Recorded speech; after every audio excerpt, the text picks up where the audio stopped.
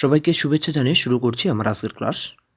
তো আজকে আমরা পার্ট 23তে অর্থাৎ 23 নম্বর পার্টে তো আমাদের আজকের আলোচনা হচ্ছে দ্য সিকোয়েন্স অফ টেন্সের 8 নম্বর নিয়ম নিয়ে। রুল 8 দেখি কি বলা আছে। Specially use of as if or as though. এখানে মূলত বিশেষভাবে অ্যাজ ইফ এবং অ্যাজ দো কনজাংশনের ব্যবহারটা নিয়ে আলোচনা করা হবে আজকে সিকোয়েন্স অফ টেন্সের। দেখি 8 নম্বরে কি বলছে। অ্যাজ ইফ অ্যাজ দো যুক্ত অর্থাৎ অ্যাজ ইফ অ্যাজ দো যুক্ত সেন্টেন্সের প্রিন্সিপাল ক্লোজটি যদি প্রেজেন্ট ইনডিফিনিট টেন্স হয়, মানে প্রেজেন্ট ইনডিফিনিট টেন্স হলে সাবঅর্ডিনেট ক্লোজটি পাস্ট ইনডিফিনিট টেন্স হয়। অর্থাৎ প্রিন্সিপাল ক্লোজটি যদি আমাদের প্রেজেন্ট ইনডিফিনিট টেন্স হয়, তাহলে সাবঅর্ডিনেট ক্লোজটি পাস্ট ইনডিফিনিট টেন্স হয়। এবং প্রিন্সিপাল ক্লোজটি যদি পাস্ট ইনডিফিনিট টেন্স হয়, পাস্ট ইনডিফিনিট টেন্সের হলে সাবঅর্ডিনেট ক্লোজটি পাস্ট পারফেক্ট টেন্সের হয়। অর্থাৎ আমরা একটু শর্টকাট নিয়মে দেখব। মেইন বা প্রিন্সিপাল ক্লোজ কনজাংশন হিসেবে থাকতেছে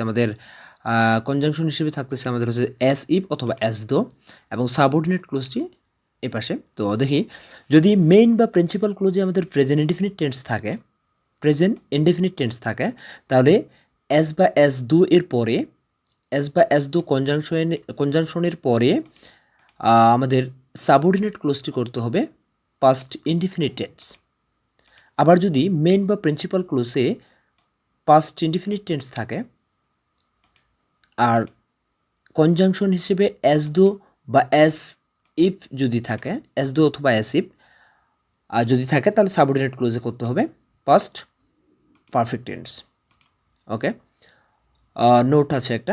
উল্লেখ্য যে অ্যাজ ইফ অ্যাজ দো যুক্ত, অর্থাৎ এই অ্যাজ ইফ এবং অ্যাজ দো যুক্ত কনজাংশন যুক্ত ক্লোজটির সাবজেক্ট যাই হোক না কেন, অর্থাৎ আমরা যদি প্রেজেন্ট ইনডিফিনিট টেন্স পাই, এপাশে পাস্ট ইনডিফিনিট টেন্স করার সময় যদি আমরা সাবজেক্ট যাই পাই না কেন, আমরা বিভার্ব হিসেবে সর্বদা ওয়ারকে ব্যবহার করব।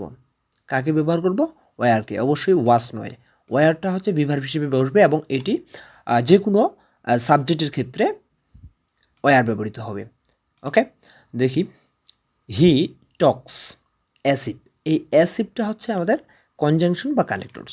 তো এই অ্যাসিভটার পূর্বে যেহেতু আমাদের টক্স কথাটা রয়েছে, অর্থাৎ প্রেজেন্ট ইনডিফিনিট টেন্স, সো পরেরটা অবশ্যই আমাদের পাস্ট ইনডিফিনিট টেন্স হবে। এই যে হি ওয়ার, আমরা জানি হি এর পরে ওয়াজ হয়, বাট এখানে হি ওয়ার হবে। এই যে নিয়মে বলা আছে সাবজেক্টে যাই হোক না কেন আমাদের ভার্বের বিভার্ব হিসেবে ওয়ার ব্যবহৃত হবে। তো সেই দিক থেকে হি ওয়ার ফুল, সে বোকার মতো কথা বলে।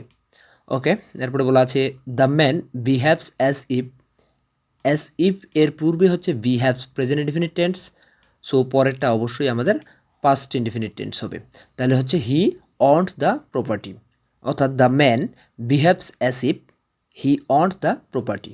লোকটির হাবভাব দেখে মনে হয় সে এই সম্পত্তির মালিক। ওকে, এর পরের উদাহরণে বলা আছে হি অ্যাক্ট অ্যাজ ইফ এর পূর্বে, অর্থাৎ অ্যাসিভটা যদি আমাদের কানেক্টরস হয় বা কনজাংশন হয়, তাহলে এর পূর্বে আমাদের আছে অ্যাক্ট ভি2 পাস্ট ইনডিফিনিট টেন্স, সো পরেটা অবশ্যই হ্যাড প্লাস ভি3 অর্থাৎ পাস্ট পারফেক্ট টেন্স হবে। তাহলে he had never meet me before, অর্থাৎ he act as if he had never meet me before. সে এমন ভাব করছিল যেন আমার সাথে তার কখনো সাক্ষাৎ হয়নি। ওকে, এবারে আমরা চলে যাব এমসিকিউতে। এর আগের ক্লাসে আমরা 1 থেকে 119 পর্যন্ত এমসিকিউ প্রশ্নের সমাধান করেছি। আজকে আমরা 23 নম্বর পার্টে এসে 120 থেকে পরের এমসিকিউগুলো সমাধান করার চেষ্টা করব। দেখি 120 নম্বরে কি বলা আছে। দেখি 120 নম্বর এমসিকিউতে কি বলা আছে। He works as if he gave lamp, অর্থাৎ এখানে অ্যাজ ইফের পূর্বে যেহেতু ওয়ার্কস কথাটা রয়েছে, অর্থাৎ ওয়ার্কস ভার্বটা রয়েছে, এটা হচ্ছে প্রেজেন্ট ফর্ম, সো পরেরটা অবশ্যই আমাদের পাস্ট ইনডেফিনিট হবে। সো এই দিক থেকে আমাদের বি ভার্ব নিতে হচ্ছে। তো এখানে ওয়াজ আছে, ওয়ার আছে, হ্যাড বিন আছে, ইজ আছে। হ্যাড বিন ইজ হচ্ছে না এবং ওয়াজ ওয়ারের মধ্যে হবে। অনেকে এইখানে ভুল করতে পারে যে হি আছে, হিটা থার্ড পারসন সিঙ্গুলার নাম্বার, যার জন্য এখানে ওয়াজ হবে। আমি এই জিনিসটি কিছুক্ষণ আগেই বললাম যে এখানে হি এর পরে সাবজেক্ট যেই হোক না কেন, আমাদের এখানে বি ভার্ব হিসেবে পাস্ট ইনডিফিনিট টেন্সের বি ভার্ব হিসেবে মূলত ওয়ার ব্যবহৃত হবে। সো এই 120 নম্বর কারেক্ট অ্যান্সার হচ্ছে বি নম্বর ওয়ার। 121 নম্বর প্রশ্নে বলা আছে হি টক্স অ্যাজ দো। এই অ্যাজ দো এর পূর্বেরটা যেহেতু আমাদের টক্স অর্থাৎ ভি ওয়ানে আছে, সো পরেরটা অবশ্যই আমাদের ফার্স্ট ইনডেফিনিট টেন্স হবে। তো এই দিক থেকে আমাদের নিতে হচ্ছে হি ওয়াজ এ চাইল্ড হচ্ছে না, হি ইজ এ চাইল্ড হচ্ছে না, he has been a child হচ্ছে না, হি ওয়ার এ চাইল্ড। এটি হচ্ছে এই প্রশ্নের সঠিক অ্যান্সার অর্থাৎ পাস্ট ইনডেফিনিট টেন্স। 122 নম্বর প্রশ্নে বলা আছে he speaks as if he gap met. সে পাগলের মতো কথা বলে। সো অ্যাসিপের পূর্বে যেহেতু প্রেজেন্ট ইনডেফিনিট টেন্স, সো পরেরটা অবশ্যই আমাদের ফার্স্ট ইনডেফিনিট।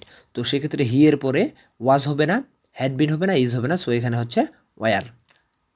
122 নম্বরের কারেক্ট আনসার হচ্ছে বি নম্বর ওয়ার। 123 নম্বরে বলছে কমপ্লিট দ্য সেন্টেন্স হি টক্স অ্যাসিপ। এই যে অ্যাসিপের পূর্বে আবার টক্স অর্থাৎ প্রেজেন্ট ইনডেফিনিট টেন্স, সো অবশ্যই আমাদের অ্যাসিপের পরের যে ক্লোজটি আসবে সেটি হবে পাস্ট ইনডেফিনিট টেন্স। ওকে, তো সেই দিক থেকে হি ওয়াজ ম্যাড হচ্ছে না, হি ইজ ম্যাড হচ্ছে না, হি ওয়ার ম্যাড। এটি হচ্ছে এই প্রশ্নের সঠিক অ্যান্সার। 124 নম্বর প্রশ্নে বলা আছে he talks as if he to be met. এই টু বির জায়গায় বি ভার্ব আসবে। সো এখানে আমরা লক্ষ্য করি অ্যাসিপের পূর্বে, অ্যাসিপ কনজাংশনের পূর্বে মূলত টক্স আছে অর্থাৎ প্রেজেন্ট ইনডেফিনিট টেন্স। সো এই পরে বি ভার্ব অর্থাৎ এখানে আমাদের পাস্ট ইনডেফিনিট টেন্স হবে এবং পাস্ট ইনডেফিনিট টেন্সের বি ভার্ব হিসেবে আমি বলছি যে ওয়ারকে ব্যবহার করতে হবে। তাহলে এটি সঠিক অ্যান্সার হবে ওয়ার, যেটা বি নম্বরে আছে, বি নম্বর অপশানে আছে।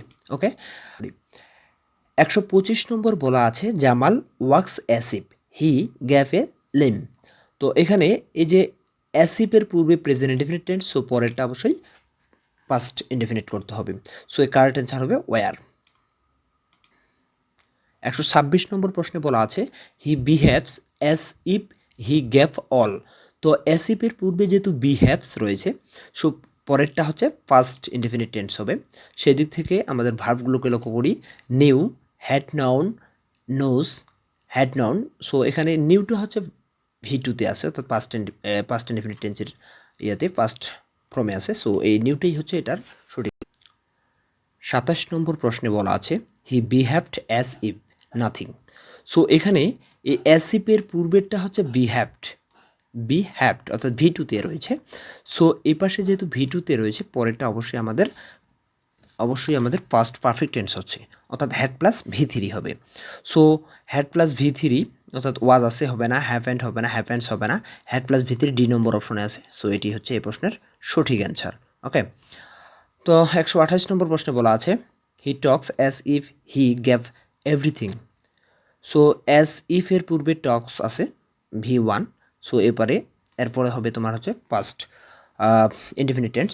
সেক্ষেত্রে এই প্রশ্নে ইজ নাউন হবে না, নোজ হবে না, নিউ হচ্ছে এই প্রশ্নের সঠিক অ্যান্সার, সি নম্বরটি রাইট। ওকে, 129 নম্বর প্রশ্নে বলা আছে he looks as though he gave a ghost. তাকে এমন দেখাচ্ছে যেন সে ভূত দেখেছে। তো এখানে এই অ্যাজ দো এর পূর্বে looks present indefinite tense, so পরেরটা অবশ্যই ফার্স্ট ইনডেফিনিট। তো সেই দিক থেকে আমাদের হ্যাজ সিন হবে না, হ্যাড সিন হবে না, উইল সি হবে না, কারেক্ট অ্যান্সার হবে স, হি স এ গোস্ট। ওকে, 130 নম্বর প্রশ্নে বলা আছে তাস্কিয়া অর্থাৎ আন্নুর নাম, Taskia looked as if he to see a ghost. অর্থাৎ এখানে লুকড কথাটা আছে, লুকড ভার্বটা হচ্ছে ভি টু। সো এই ভার্বটা যেহেতু ভি টু, তাহলে পরেরটা অবশ্যই হ্যাড প্লাস ভি থ্রি আসবে। আর এখানে অবশ্যই টু সি এর ক্ষেত্রে আমাদের এখানে হ্যাড সিন হবে। তো পরে আবার আরেকটা প্রশ্ন এখানে বলা আছে he was acting as if he gave a ghost. So এই পাশে যেহেতু আমাদের পাস্ট টেন্স রয়েছে, সো এই পাশে অবশ্যই পাস্ট পারফেক্ট টেন্স হবে। সো সেক্ষেত্রে হ্যাড প্লাস সিন আসবে। তো এটা কারেক্ট অ্যান্সার হবে had seen. Okay, had seen. তাহলে 130 নম্বর কারেক্ট অ্যান্সার হচ্ছে হ্যাড সিন। 131 নম্বর বলছে Polly her pet birds as if it gave her. তো এখানে অ্যাসিপের পূর্বে যেহেতু টক্স আছে প্রেজেন্ট ইনডেফিনিট টেন্স, সেহেতু এই পাশে অবশ্যই ফার্স্ট ইনডেফিনিট টেন্স হবে। আবার Savita talks to her pet birds as if it gave her.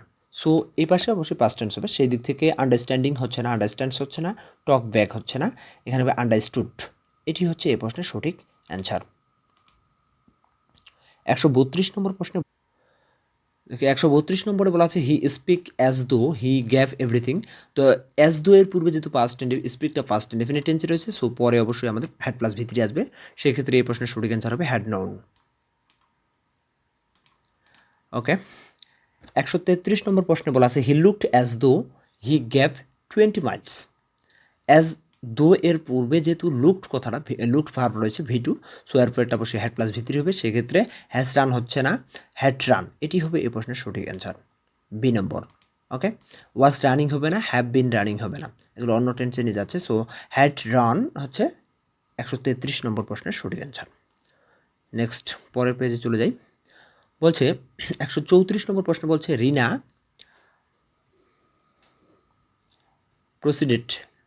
proceeded as though she know everything। তো এখানে অ্যাজ দো এর পূর্বে প্রসিডেড আছে, সো প্রসিডেড এটা হচ্ছে ভি2 ভার্ব, ভি2তে রয়েছে, সো পরেরটি অবশ্যই হ্যাড প্লাস ভি3, সেক্ষেত্রে এটা সঠিক অ্যান্সার হবে হ্যাড নোন। এটি হচ্ছে এই প্রশ্নের সঠিক answer. Are the chairman proceed as though I. তো এখানেও ভি2 আছে অ্যাজ দো এর পূর্বে, সো এর পরে হ্যাড প্লাস ভি3। সেক্ষেত্রে একটু নেগেটিভ করা হচ্ছে, ডিড নট স্পোক হবে না, নট স্পোকেন কখনোই হবে না, নট স্পোকিং হবে না, তবে হ্যাড নট স্পোকেন। ওকে, এটি সঠিক অ্যান্সার। তারপরে 136 নম্বর বলছে she proceeded as though I not spoke. তো এই নট স্পোকটার পূর্বে, অর্থাৎ আমরা শুধু শুধু নট নিতে পারি না, এর পূর্বে অবশ্যই একটা অক্সিলারি ভার্ব লাগবে বা সাহায্যকারী ভার্ব লাগবে।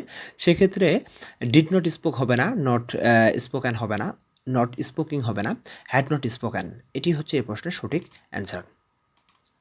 ওকে, 137 নম্বর প্রশ্নে বলছে they gave the jewellery and work out of the retailed outlet as if they hadn't done anything. তো অ্যাজ ইফের পরে, এই যে অ্যাজ ইফ কনজাংশনের পরে হ্যাড নট ডান আছে, অর্থাৎ হ্যাড প্লাস ভি3 রয়েছে, সো পূর্বেরটা অবশ্যই আমাদের পাস্ট ইনডেফিনিট টেন্স হবে। সেই দিক থেকে পাস্ট ইনডেফিনিট টেন্সে রয়েছে, দেখি হ্যাড স্টোলেন হচ্ছে না, হ্যাভ স্টোলেন হবে না, হ্যাভ স্টোলেন এটা ডবল করছে, এটা হবে না, স্টল হবে, স্টল, এটি হচ্ছে এই প্রশ্নের সঠিক অ্যান্সার।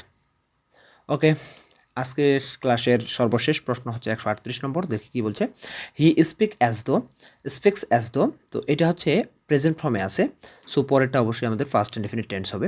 সেই দিক থেকে এটির কারেক্ট অ্যান্সার হবে হি নিউজ এভরিথিং হচ্ছে না, হি নিউ এভরিথিং, এটি হচ্ছে এই প্রশ্নের সঠিক অ্যান্সার। তো সি নম্বরে দেখি হি হ্যাড নোন এভরিথিং, অন্য টেন্সে চলে গেছে, হি নো এভরিথিং প্রেজেন্ট ফর্মে চলে গেছে, সো এটি হচ্ছে না।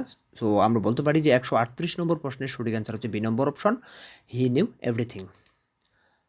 ওকে, পরের ক্লাস দেখার আমন্ত্রণ জানিয়ে